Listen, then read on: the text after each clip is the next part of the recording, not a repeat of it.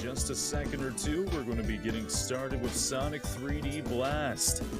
In around 38 minutes, under half an hour, being done by Ori Sky. Hope you all enjoy the run.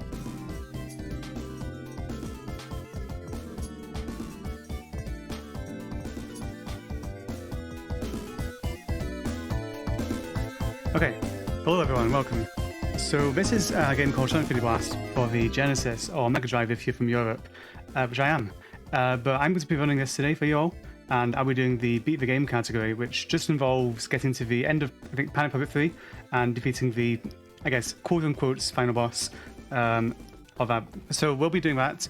I do have two commentators with me today. Would you like to introduce yourselves for me? Sure. Hi, my name is Amber Cyprin. I run this game often-ish. No, I don't run this game often anymore, but I would also like to request that the runner reshare their screen so I can see in real time. Yes. Yes, give me... I didn't realize that would... You are good. Joining me on commentary is... Hello, I'm TGH. I also ran this game quite profusely once upon a time, and yeah, looking forward to this run, for sure. Hope y'all are too. Mm-hmm. All right, I think we are ready to go. So if everything's ready, I can begin in 3, 2, 1, go. So this is one of the games, like one of the classic games for the Mega Drive. Sorry. You might be used to like Sonic 1, 2, and 3, where it's kind of like in 2D, and you have the kind of similar structure where you have Act 1, 2, and 3, and you have kind of like a boss at the end. This is similar in that structure, except the gameplay in this game is quite a bit different in that rather than going through kind of like linear levels, you've got different sectors, and this is going really well. You've got different sectors in each act, and you have to collect these little birds, which are very annoying, called flickies. And after you get 5, you can take 5 of them to the big ring in each sector, and then deposit those into the ring, and then you can move on to the next bit. And once you complete the act, you move on to the next one. So we're just collecting the next. We're going to get our shield here, please. There we go. And hopefully bounce off this enemy. There we go. Now you notice I probably missed a flicky earlier, but we're actually going to go and grab that because of how the AI works. It will actually return back to us up the slope here once we get up here. There it is. Hello. And we're going to grab our final enemy, and we are done with Act 1. Yeah, so Ori mentioned the AI of the blue flickies in particular. So that blue flicky, so basically blue and purple flickies will tend to move towards Sonic, whereas green flickies, which we actually get introduced to in Rusty Ruin Act 1, I believe, tend to, like, they basically just wander around, quote-unquote, randomly. Like, basically randomly, for all intents and purposes. And the red flickies will just kind of bounce, not necessarily in place, but in a slightly, like, counterclockwise, like, sort of axis. Yeah. But yeah, like, all of the flickies in Acts 1 and 2 of Green Grove will be blue and purple flickies. There are red ones as well for the worms, if I'm not mistaken. Oh, are there red ones here? God, I don't even know. Yeah, they are on the stage. Yeah. Okay. Okay. Just to make sure. Speaking of which, oh, nice. So, one thing to note as well is, if Sonic gets hit, you lose all your flickies and you have to collect them again, as happened in Act 1. If one of your flickies gets hit as well, but not Sonic, then you hear like a sound and you still lose them all as well. Or you lose all the ones after the one that got hit. So, it's kind of a fun way, well, I use fun loosely here. It's a fun way of varying up the gameplay a bit. Oh, that's not good. Yeah, you can actually avoid losing your flickies as long as Sonic has a shield. If Sonic has a shield, the flickies also get shields, and they are immune to damage of any kind as long as Sonic does not lose that shield. If Sonic loses the shield, the flickies don't scatter until he loses rings. So any hit that would take Sonic's rings will also take your flickies. And depending on the stage, that can be pretty disastrous. Cough, cough, Volcano Valley. Hopefully we keep our shield in that one. Alright, so moving on to the boss here. What I'm going to try and do here is get 2 hits per cycle by manipulating him to stand on the lower bit here. But close enough to the... That should be okay? Maybe not. No. So I'm trying to get him to stand close enough that I can hit him from this slightly above. Jumped a bit too early there. Hopefully we get this another cycle here. Okay, this is going badly. Let's try and get a ring just to make sure we don't die. This might be fine. So we want to try and get him not to move too far because you see it takes him a while to get to us. This is a poor boss in general. There we go. So ideally you want to get 2 hits on the first 2 cycles and then get the 5th hit because that only takes 5 hits for this boss. So get a 3 cycle basically for optimal boss there. But moving into... Oh, I didn't get a ring. Okay, that's fine. Moving into Rusty Run here, as I like to call it. It's how my runs usually go. So we're going to see the bees in this one. I do not like them. Not the bees. Speaking of which, there we go. So the bees have a similar issue with AI in terms of how they move. Every frame or so, they change their direction. They are confined to a single tile for their movement, but because they are so erratic and their hitbox is what their hitbox is, hitting things in isometric perspective is basically impossible. So, especially if it's moving as erratically as the bees do, it is extremely difficult. Well, if you're going to take a hit, you'd rather take it there rather than at this section here. Rather than here. This is... So this is a long spinning section. This zone introduces the spinning state that Sonic is currently in, as though he can't spin on his own without any assistance. But Ori had to carry that entire spinning motion all the way to this ring here to be able to like break the barriers, which is the only way that you can break those columns. That said, in that state, Sonic bounces around like he's made of rubber, sort of like it was, another Traveler's Tales Sonic game, Sonic R, where everything else is also made of rubber. Oh dear. Okay, yeah, shout out to Traveler's Tales. This game is like shockingly well made, to be honest. Like there are practically no glitches in this.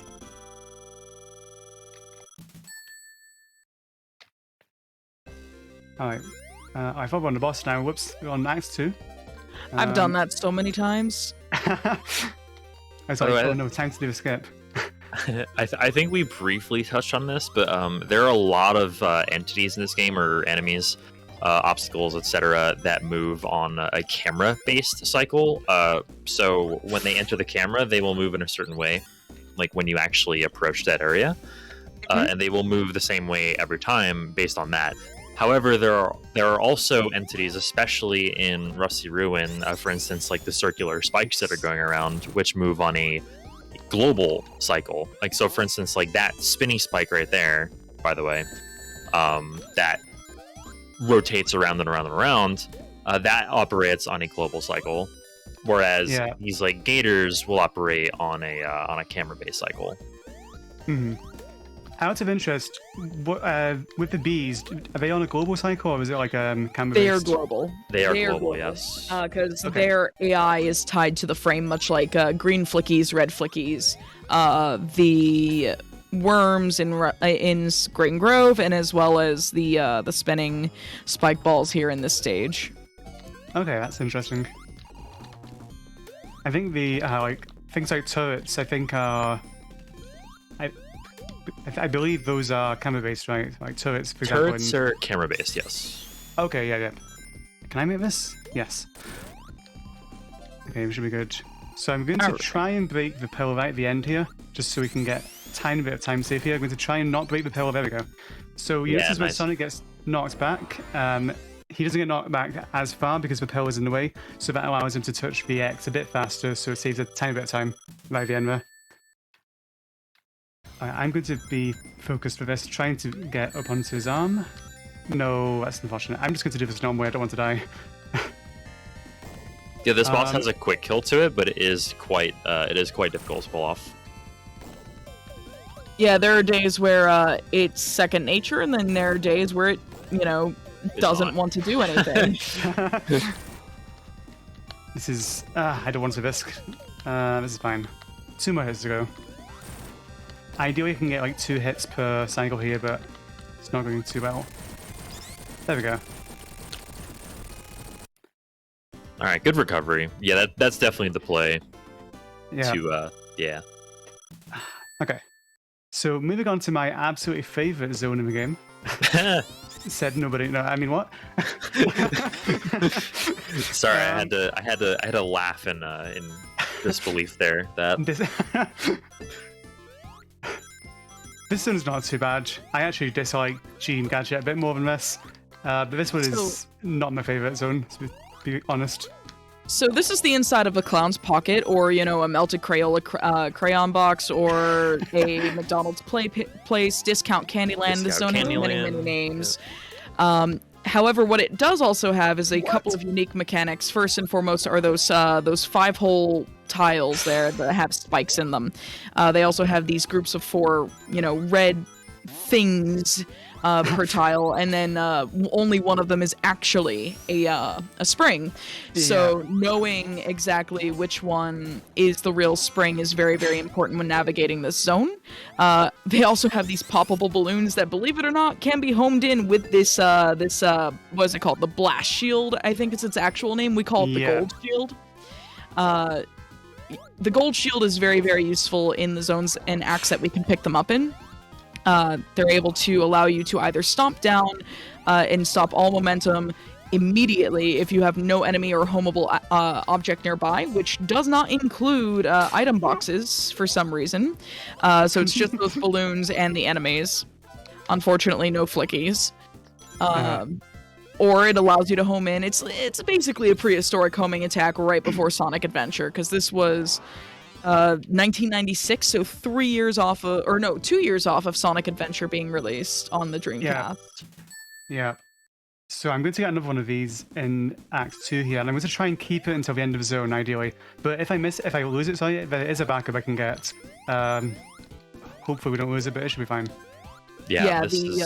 Oh, go ahead. I was just gonna say, this is definitely one of the zones where the blast shield really, really does come in handy. Yeah, just because it's so dangerous later. Yeah. I used to not get the shield and wonder why I was having such a hard time with this. So it doesn't save a lot of time in terms of the tasks, for example, or at extremely top level, but there's absolutely no reason to not pick it up at human level, especially your typical runner level, just because it makes movement a lot easier when trying to navigate to flickies and everything like that. Please. Bumpers. Gotta love them. And the backup shield that Ori mentioned a bit ago is coming up in the next sector, not here, but a little bit further down. And the final flicky of this stage is extremely obnoxious. It can be done in a situation where you don't have a shield, but there's no reason to not do it with the shield if you can avoid it. Yeah. For extra assurance. Basically, there's an enemy surrounded by a bunch of spear holes that can come up when Sonic crosses over them, along with the spike tiles, and it's obnoxious. It's horrible. It is not fun in the slightest. Oh, come on. There we go. I thought I missed that. There we go. Also, shoutouts to the folks right now watching in 30 FPS who are either seeing Sonic with no shield at all, or as just a giant blob of yellow. Yeah. So yeah, the way the shield is displayed visually, fun fact, it actually just displays every other frame to sort of mimic transparency. Yeah. Which is cool. A lot of retro games do that. So I'm going to focus for this. Hopefully we get this. If not, it's fine. So this is the worst boss in all of video gaming, and I'm not kidding about that. Oh. A 4. Four hits that's actually pretty good. Very, very good. So you can quick kill that boss via position manipulation. Please. Oh Jesus. To be able to get all 8 hits, because by the way, this is the first boss that has 8 HP. But yeah, you want to get as many hits at the start as you can if you can't get the quick kill, which is a very, very precise kill. 33 seconds is still very good for a marathon showing. You did not die, and that is the most important part. I am happy with that. That's better than my PB run that I got. So I'll take that for sure. Alright, say Nice. hello to the best music in the game here, debatably. I know there are differing opinions from some people, but this is my favorite track in the game. Oh dear. Respectable. It's a respectable choice for sure. Respectable opinion, yeah. Generally Um, speaking, anyone with Volcano Valley, Rusty Ruin, or Diamond Dust as the choice of music is pretty respectable. There's other great songs too, as long as you're not picking Spring Stadium 2 on Sega Saturn. Okay, managed to make that. I've missed that I guess launch. I've missed the launch like 3 times in practice, so I was worrying I was just going to get knocked down again and have to go up, but we got it, so it's fine. I don't actually know what causes it, but I think there's not too much going on here. So if you do have any announcements, by the way, then feel free to go ahead. Now's a good time. For the time being, while there are no donations, if you want to do so, you can use !donate, and if you want to see any of our incentives, you can use !incentives. You can add your personal stamp on a run, or maybe unlock bonus games or runner showcases. We'll be here all night. Alright, so I'm going to try and hit this snowman without getting hit here. I'm going to wait a tiny bit and then roll into him. Oh, nobody's going to jump on him instead. I guess that's fine. I just want to talk briefly about these snowmen as well, these snowmen turrets that Ori just rolled into and released a flicky from. These things are a literal nightmare. So if you thought turrets were bad, well, imagine if they can move. Now, it doesn't stop there. Imagine not only can they move, but they contain a flicky. And when you destroy the turret, you have to also destroy an ice block to actually get the flicky. And on top of that, there is a, potential glitch kill that the snowman can do to you via, like, some iframe, garbage. Something. We're gonna Yeah. call it garbage. I hate There are ice many, physics, many please. words for it, but all of them are profane. Yep, I'm just going to... That's fine.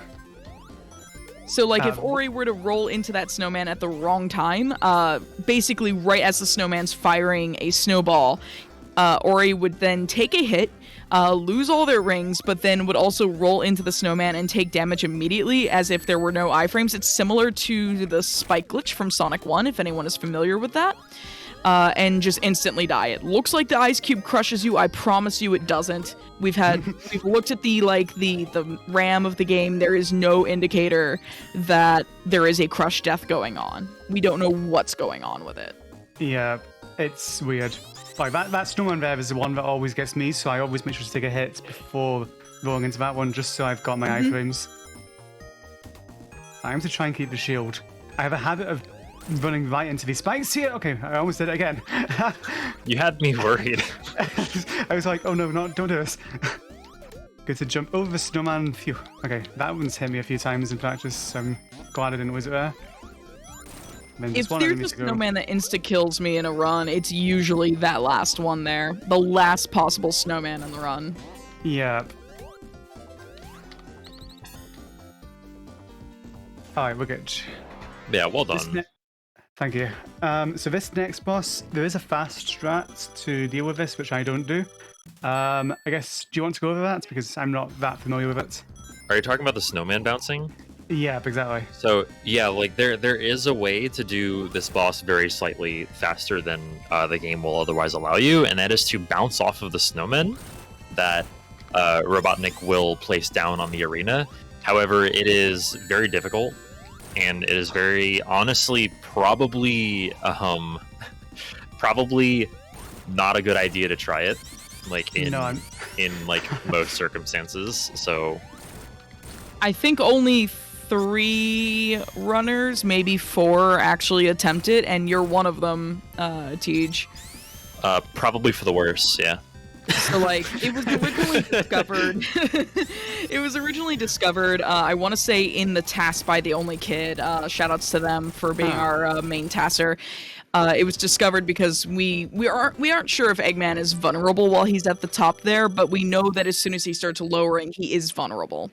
And the goal was to get Sonic to to get up higher than his typical jump height would allow him. Like if his jump height is a max of 4, we could reach a max of 5 units with a snowman bounce, which is just enough to reach Eggman as he's lowering. But yeah, like Volcano Valley, by the way, which I'm still out in Diamond Dust. Volcano Valley is the definition of fire is bad. You want to specifically go after fire shields if you are a new runner of this game. Ori is not new to this game anymore, so they have skipped the safety fire shield at the end of Sector 1. Yeah. That section right there is very dicey. Good job not taking damage there. I did not like that section at all. So you have to hit that Hornet while it's rotating, like moving like wildly with the tile, and you've got like 2 flamethrowers on either side. Yes, the Hornets follow the same BAI as the ones in Rusty Ruin. We've got these spin dash platforms here.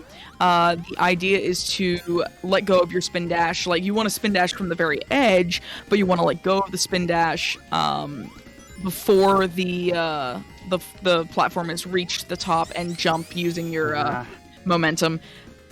And then you have situations where you can't really do that like that. But it's usually just better instead of trying to reset your position. It's better to just take what you've got. Yeah, I didn't like that where I was in there. This one should be okay. If ideally I can hit this enemy as I go up. No, missed it. Like ideally I get the right position so I can just hit the enemy as I jump off, like up the platform. But that was Act 1. I'm going to be a bit quiet for Act 2 because there's a bit of a start which is tricky and I'll probably die, but I'll try it anyway. Yeah, just gotta hold up and left. Yeah, the start of the stage is hold up and left to be able to glide right through that cycle of swinging spike balls. So Ori wants to actually use the floor tiles as a reference to get onto that platform. You can bounce off of the monitor for like some real swag, but it's often like if you don't know the floor cue exactly, it can be really, really bad if you mistime your jump. Yeah, and go ahead. Oh no, just because like I kind of know the cue, but I'm not too confident in not getting hit by like the fireballs as they come up, because there's like a glitch to do with that as well. Yeah, there's a weird issue where if you collect the fire shield, there is one of those fireballs that can still remove the shield from you, because this red shield is supposed to be protecting you from all fire damage, as Ori just conveniently demonstrated there by falling into the lava. You can walk on lava, you can walk through the fire ropes, you can get hit by 99.9% of the fireballs, stand in fire turrets, you name it, like Sonic doesn't care about it.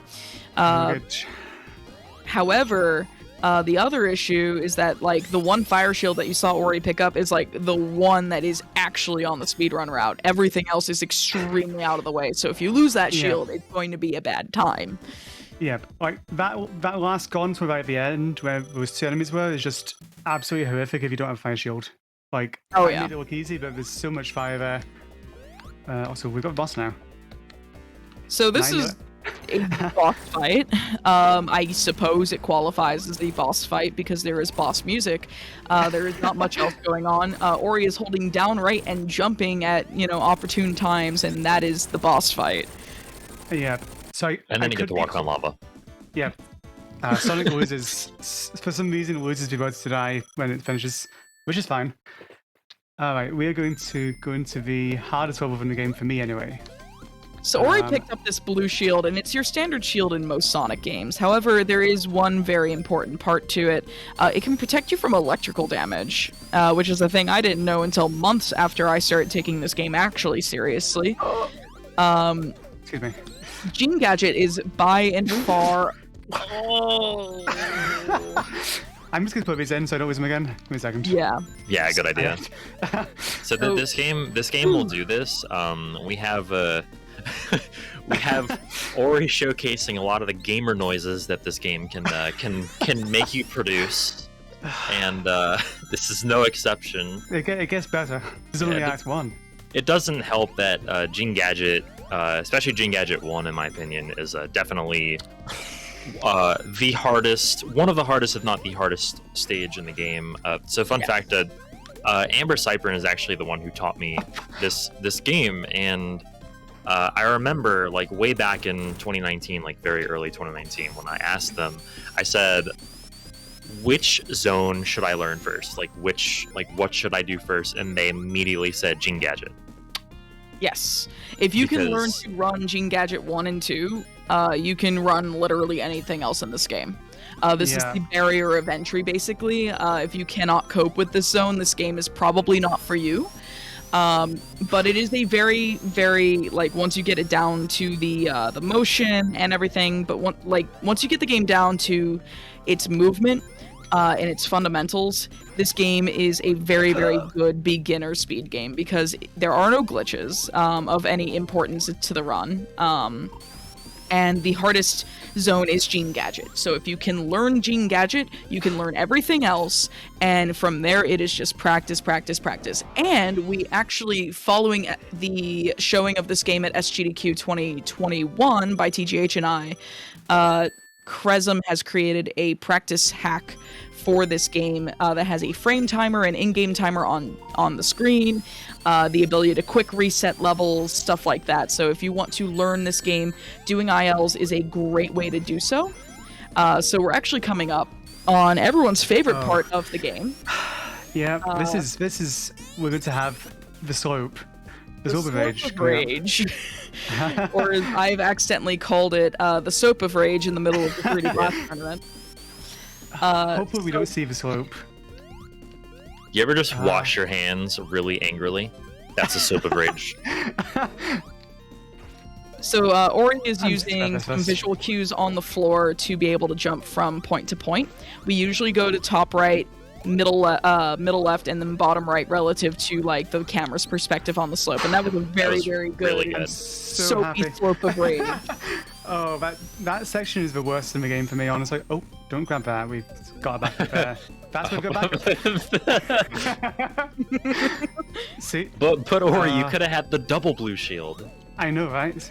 Yeah, Cancels itself that's not actually a thing. Please don't mistake my words here. It's not actually a thing. So you can jump over those. Thank You you, missed Matt. it, Suki. Ah, where's it gone? Yeah. No, you got it. You got it. Oh, you got it. Okay. Yeah, Okay. So those fans, you can actually jump over them and they don't activate. So if that one fan back where the enemy was before, if you actually step on it, it just sends you right into the spikes. It's a really fun joke. So trying to jump over that if you're running this game, it's not. Yeah, the fans leave Sonic in a very helpless state, which is super annoying. You can't jump out of it. You can't spin attack through it. Once the fans get going, Sonic's helpless until he touches the ground. Yeah. Thankfully, So, we're through that. We're coming up on the auto-scroller, The Boss. Basically, I'm going to just explain what's going to happen here, and I will turn it over to our wonderful host with the buttery voice to take it away. But first and foremost, the angle that Sonic is standing at allows him to go at a speed of 3 pixels per second. To be able to just like kind of ignore how the conveyor belt's supposed to work. And it's just basically understand the spike block pattern, which is fixed every time, and just hit Eggman when he comes down because Eggman isn't too bright. But that being said, Spacey, take it away. Buttery voice,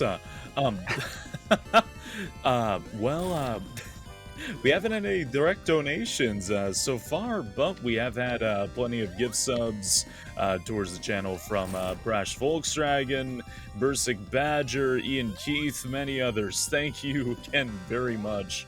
If anybody does want to do a direct donation, we have !donate and !incentives if you want to see any fun things you may want to donate towards.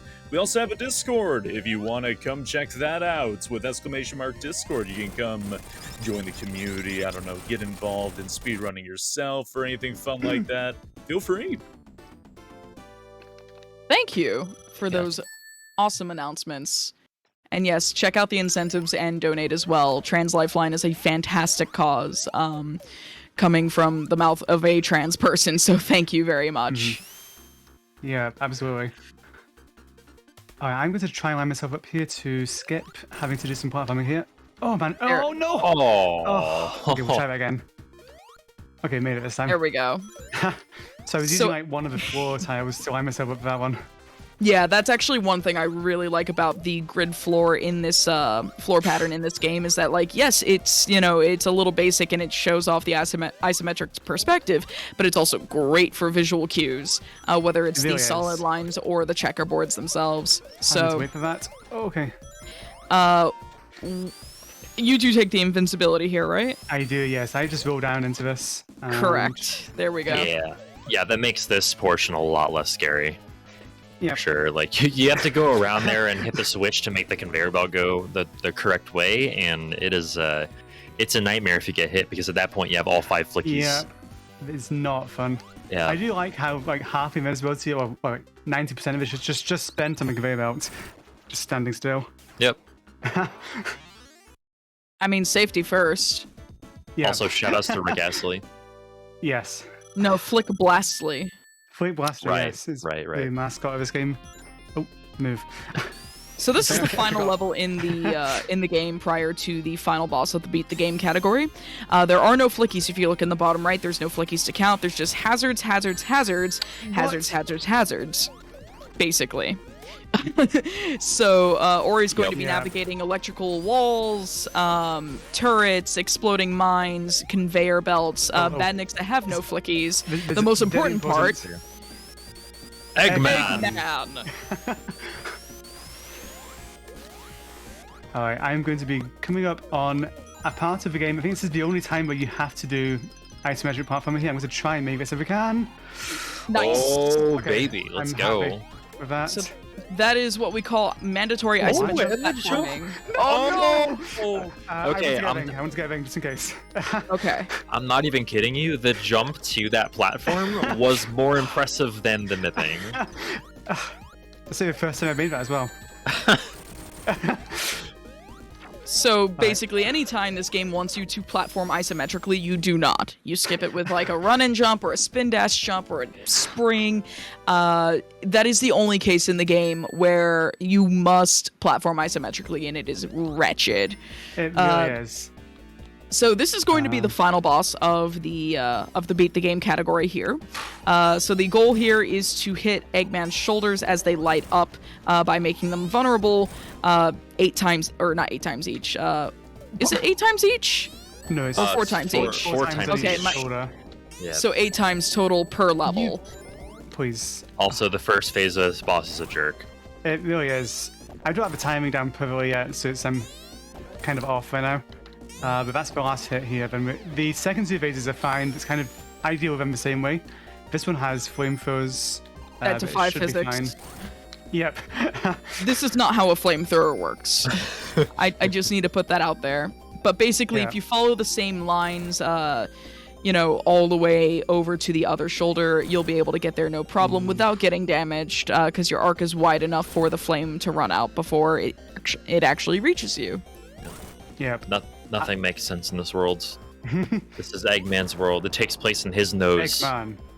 So, Ori, what strat do you use for phase 3? Do you use the slower but like single Side- arm, or do you use side to No, side? no. I use side to side. I just do the same as phase 2 basically. So I do this, go around, same. Okay. Yeah. So this is the Aghanim phase. Those arms are actually supposed to do something. They're supposed to shoot out blue orbs, Oh. like so. Oh. Okay. Got a single one there. Normally it shoots out a ton of them and they bounce all over the Oh. place if you let it go for long enough. What? But if you hit it on the first frame possible, it only shoots 1 or none. And time is coming up. Not on this hit, but when the screen fades to white Yeah. or black. GG. So it should be now. Time. GG's.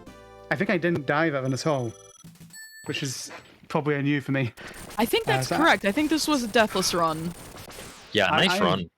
Thank you. I'm super happy with that one. Well, I'm happy. I'm We just have happy a I didn't. final time on that. It was like 32-0 something. It was actually pretty close to your PB, I think.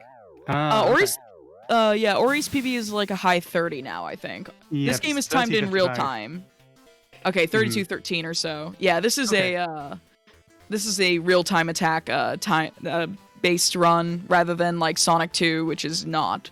But yeah, like get your GGs out for Ori. Ori did great that run. Deathless is at this level, like really, really good to shoot for. Yeah, that's super legit. Great run.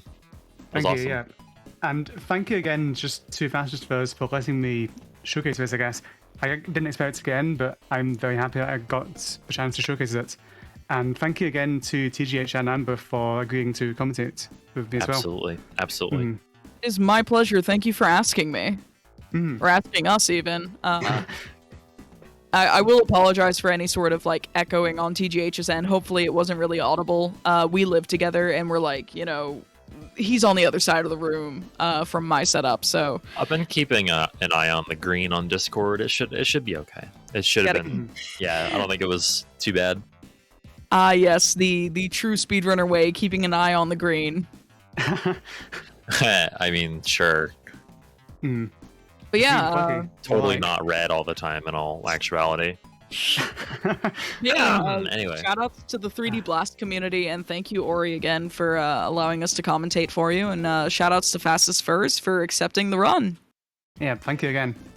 And if you do want to follow me as well, because I do speedrun various Metrovanias that are usually niche, please do check out twitch.tv/Ori_Sky.